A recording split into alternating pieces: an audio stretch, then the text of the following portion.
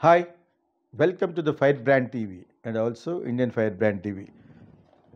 Hyderabad Central University, supposed to be one of the best university in India. దానికి యాక్చువల్గా చాలా government land ఉంది అక్కడ 400 acres. దాని మీద ఒక వివాదం జరుగుతుంది. ఇప్పుడు హైడ్రా అనే ప్రాజెక్ట్ పట్టుకొచ్చి సెంట్రల్ చెరువుల్లో ఉండేవన్నీ అక్రమ కట్టడాలు, అనాథరైజ్డ్ కట్టడాలన్నీ ఎలా కూల్చి ఒక లెవెల్ పట్టుకొచ్చాడో సీఎం రేవంత్ రెడ్డి. చాలామంది బాధపడ్డారు.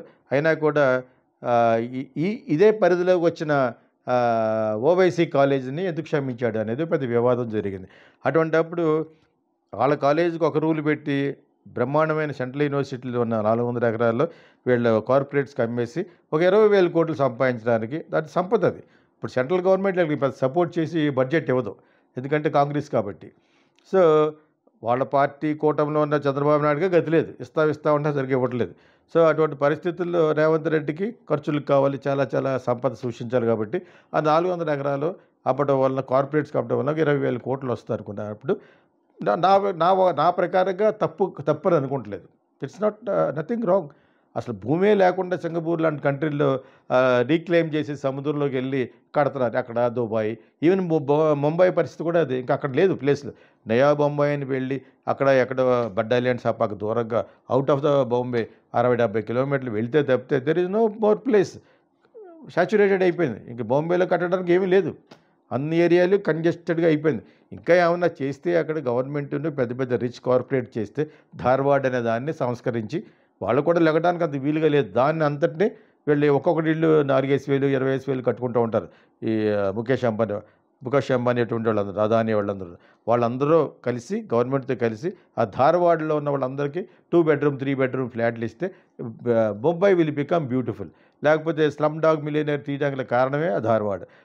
అటువంటి కొన్ని చేయాలి. అదేవిధంగా హైదరాబాద్లో కూడా సంపద సృష్టించాలంటే 20,000 కోట్లు అంటే సో మచ్ ఆఫ్ మనీ.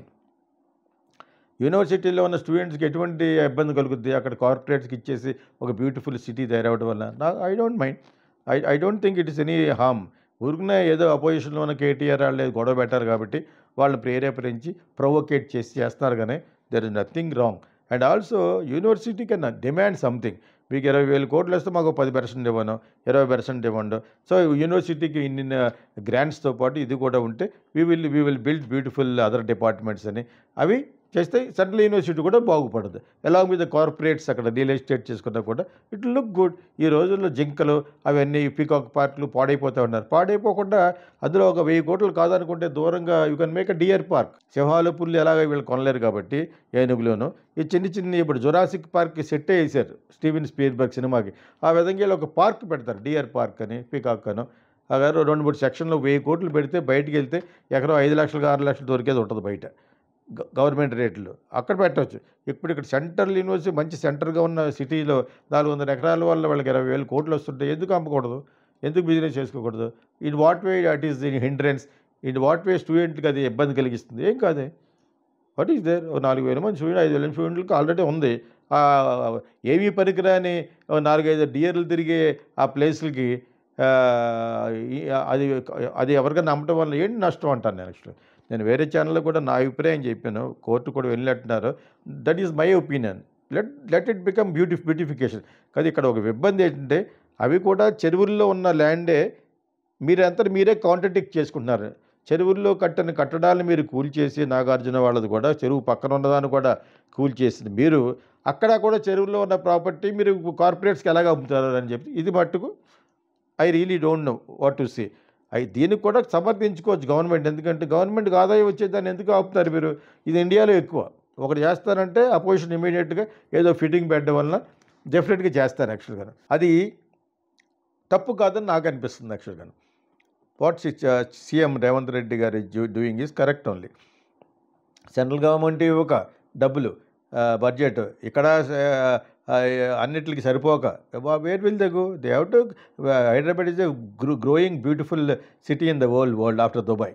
అంతే దాన్ని మీరు క్యాష్ చేసుకున్నారు. కాకపోతే ఇక్కడ చెరువుల్లో కట్టడం అనేది అఫెన్స్ అని చెప్పేసి కట్టిన వాళ్ళని తేపేస్తున్న మీరు అవి కూడా చెరువుల్లోనే ఉన్నాయట. దాన్ని మీరు కార్పొరేట్స్కి పిలిచి ఎలాగా అమ్ముతున్నారు అనేది ఒక వివాదం. దానికి కూడా గవర్నమెంట్ సమర్థించుకుని చెప్పొచ్చు. ఇట్ ఈస్ ఆఫ్ వేస్ట్గా పడుంది. ఒక 100-200 డీర్లు అవి తిరుగుతున్నాయి రేళ్ళు అయ్యండి. వాటికి బ్రహ్మాండంగా ఒక 1000 కోట్లు పెట్టి వీళ్ళకి వచ్చిన 20,000 కోట్లు ఒక 1000 కోట్లు సెంట్రల్ యూనివర్సిటీకి ఇచ్చి ఫర్ డెవలప్మెంట్, ఇంకొక 1000 కోట్లు అక్కడ still they having 18,000 crores. 1,000 crores deer park పెట్టచ్చు. It's going to be a tourist place. నా ఉద్దేశం, నాకు కలిగిన అభిప్రాయం నేను చెప్పాను యాక్చువల్గాను. అది టెక్నికల్గా బ్యాడ్ అని చెప్పి ప్రూవ్ చేయడానికి అపోజిషన్ పార్టీ బీఆర్ఎస్ వాళ్ళు ట్రై చేస్తారు. అందులోనూ కొంచెం బిగ్ మౌత్ ఉన్న కేసీఆర్, కేటీఆర్ అలా అడుగుతారు, అంటారు. ఏదో ఒకటి ఉండాలి, వాళ్ళకి ఎలిగేషన్ కావాలి. సిట్టింగ్ గవర్నమెంట్ మీద ఏదో ఒక బురద చల్లడం అనేది అపోజిషన్ పార్టీ లక్షణం. ఇక్కడ ఏంటి ప్రపంచంలో ఎక్కడ this is happening in America also. Okay, అంచేత అక్కడ కూడా బుష్ అలెగ్జాండర్ కింద ఫీల్ అయిపోతున్నాడు. అలెగ్జాండర్కి ఓటమి తప్పలేదు. ఆ విధంగా ఏవేవి వయసు అయిపోయిన తర్వాత ప్రెసిడెంట్లు అయితే ఇలాగ ఏడుస్తుంది. అంచేత ఓకే, అమెరికాకి న్యాయం చేయడం కోసం ట్రంప్ అలా చేస్తున్నాడు అని అనుకుందాం. ఇక్కడ కూడా ఇది అపోజిషన్ పార్టీ కాంగ్రెస్ పడుస్తూ లెగుస్తూ అక్కడ కూడా సరిగ్గా లేక, ఒక పక్కన central government is busy in Waqf board ప్రాపర్టీస్ని వాళ్ళు సంస్కరించడం కోసం వాళ్ళు ఏదో బిల్లు పెట్టారు, పాస్ అయిపోయినట్టుంది యాక్చువల్గా, because they have little majority ఉంది కాబట్టి. సో ఇటువంటి గొడవల్లో ఈ 400 ఎకరాలు అమ్మటం అనేది నాకైతే తప్పుగా అనిపించలేదు. You demand, let the court give an order. University కొంత వాళ్ళ పక్కన ఉంది, వాళ్ళది కాదటది, గవర్నమెంట్ది, అయినా కూడా they can demand. And also ఇంకో 1000 కోట్లు పెడితే బ్రహ్మాండమైన డియర్ పార్క్, పీకాక్ పార్క్ తయారవుతుంది. This is what as an educated person I felt like that. ఊరికి అలాగ ఎంతకాలం పారంబోక్ ల్యాండ్ లాగా ఉంచేస్తారు. చాలా ఉంటాయి టౌన్లో కూడా. ఇటు సైడ్ ఉన్న టౌన్స్, బీ టౌన్స్, మహేంద్రలో ఉన్న బీ టౌన్స్ అదే దరిద్రంగా పడిపోయి ఉంటాయి స్థలాలు. అలాంటి బ్యూటిఫై చేస్తేనే సిటీ బాగుంటుంది. ఒకటి టాయిలెట్లు కట్టాలి, ఇంకోటి వచ్చి బ్యూటిఫికేషన్ చేయాలి. అలా చేయరే. ఒక రైల్వే స్టేషన్ ఒక వరకు వచ్చింది ఇప్పుడు వరకు. ఆ బుల్లెట్ ట్రైన్లు, ఆ ట్రైన్లు అంటూ ఆ రైల్వే స్టేషన్లు మటుకు ఎయిర్పోర్ట్లో తయారు చేసే రోజు వచ్చింది. అది ఒకటి సరిపోదు కదా. పీపుల్ నీడ్ టాయిలెట్కి చాలా బ్యూటిఫైగా చేసి ఇబ్బందే ఉండదు. ఇండియా వెళ్తే ఇబ్బంది ఉండదు కాదు. ఇండియా వెళ్తే ఫారినర్స్ భయపడిపోతారు, ఎక్కడ రేప్ చేస్తారు. ఈ పరిస్థితుల్లో మనం you have to beautify and make give a protection to outsiders, టూరిస్టులు. అంచేత ఇటువంటి 400 ఎకరాల మీద అంత డబ్బు వస్తుందని అనుకున్నప్పుడు అది అమ్మటం, దాని మీద డబ్బు చేసుకుని చేయటం అనేది తప్పలేదు. కాకపోతే వాళ్ళు కాంట్రిబ్యూట్ చేయాలి సెంట్రల్ యూనివర్సిటీకి. And also make another beautiful deer and peacock park. All film lovers, here comes Geeta Krishna International Film School. Ever seen Kokila, Sankirthana and Kijurallu? Meet Geeta Krishna, the genius behind these iconic films. At Geeta Krishna International Film School, we are passionate about nurturing aspiring filmmakers. Whether you're into acting, writing, directing, producing, ad filmmaking, anchoring, dubbing or voice over, Geeta Krishna is committed to helping you excel. Need guidance? Want to perfect your craft? He's here to support your creative growth. Join our institute and let's shape the future of cinema together.